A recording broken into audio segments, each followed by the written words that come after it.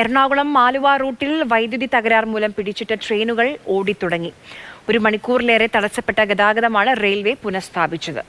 Pradeep Joseph നമുക്കൊപ്പം കൊച്ചിയിൽ നിന്ന് വിവരങ്ങളുമായി ചേരുന്നു. പ്രദീപ്, യാത്രക്കാർ ഏറെ വലഞ്ഞു കാണും. ഈ ചൂടുകാലത്ത് എത്രയോ മണിക്കൂറുകൾ കാത്തുകെട്ടി കിടക്കുകയാണ്. എന്താണ് ശരിക്കും സംഭവിച്ചത്?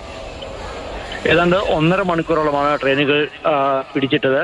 എറണാകുളത്തിനും ആലുവയ്ക്കും ഇടയിലാണ് വൈദ്യുതി തകരാറുണ്ടായത്. ഇതേ തുടർന്നായിരുന്നു ട്രെയിനുകൾ പിടിച്ചിടേണ്ടി വന്നത്. ദീർഘദൂര പാസഞ്ചർ ട്രെയിനുകൾ ഉൾപ്പെടെ പിടിച്ചിടേണ്ടി വന്നു. ചെന്നൈ മെയിൽ ഉൾപ്പെടെയുള്ള ട്രെയിനുകൾ പിടിച്ചിടേണ്ടി വന്നു. 7:45-ന് എറണാകുളത്ത് നിന്ന് ഗുരുവായൂരിലേക്ക് പുറപ്പെടേണ്ട പാസഞ്ചർ ട്രെയിൻ അല്പസമയം മുൻപാണ് യാത്ര തുടങ്ങിയത്. ആദ്യം ആലുവ ഭാഗത്തു നിന്ന് എറണാകുളം ഭാഗത്തേക്കുള്ള ലൈൻ ഏതാണ്ട് ക്ലിയറാക്കി. അതിനുശേഷം വീണ്ടും അരമണിക്കൂർ കൂടി കഴിഞ്ഞാണ് എറണാകുളത്ത് നിന്ന് തൃശ്ശൂരിലേക്കുള്ള ട്രെയിനുകൾ പുറപ്പെട്ടത്. മാത്രമല്ല, ഈ വൈദ്യുതി തകരാർ പൂർണ്ണമായും ഇനിയും പഴയപടി ആക്കാനായിട്ടില്ല. അതുകൊണ്ട് തന്നെ ചില വണ്ടികൾ ഡീസൽ എഞ്ചിൻ കൊണ്ടുവന്നാണ് കൊണ്ടുപോയിരിക്കുന്നത്. ആലുവ അല്ലെങ്കിൽ തൃശ്ശൂർ വരെ ഡീസൽ എഞ്ചിനിലാകും നിസാമുദ്ദീൻ പോലുള്ള വണ്ടികൾ ഓടുക. അതിനുശേഷം വീണ്ടും വൈദ്യുതി എഞ്ചിനിലേക്ക് മാറും. ഗൗരവതരത്തിലുള്ള തകരാറാണ് സംഭവിച്ചിരിക്കുന്നത് എന്നത് വ്യക്തമാണ്. ഇന്ന് വൈകുന്നേരം എറണാകുളത്തിലും പരിസര പ്രദേശങ്ങളിലുമൊക്കെ സാമാന്യം ശക്തമായ കാറ്റും ചിലയിടങ്ങളിൽ മഴയും പെയ്തിരുന്നു. ഒരുപക്ഷെ ഈ മഴയുടെയൊക്കെ ഫലമായിട്ടാവാം സിഗ്നലുകൾക്ക് വൈദ്യുതി ബന്ധത്തിന് തകരാർ സംഭവിച്ചത്.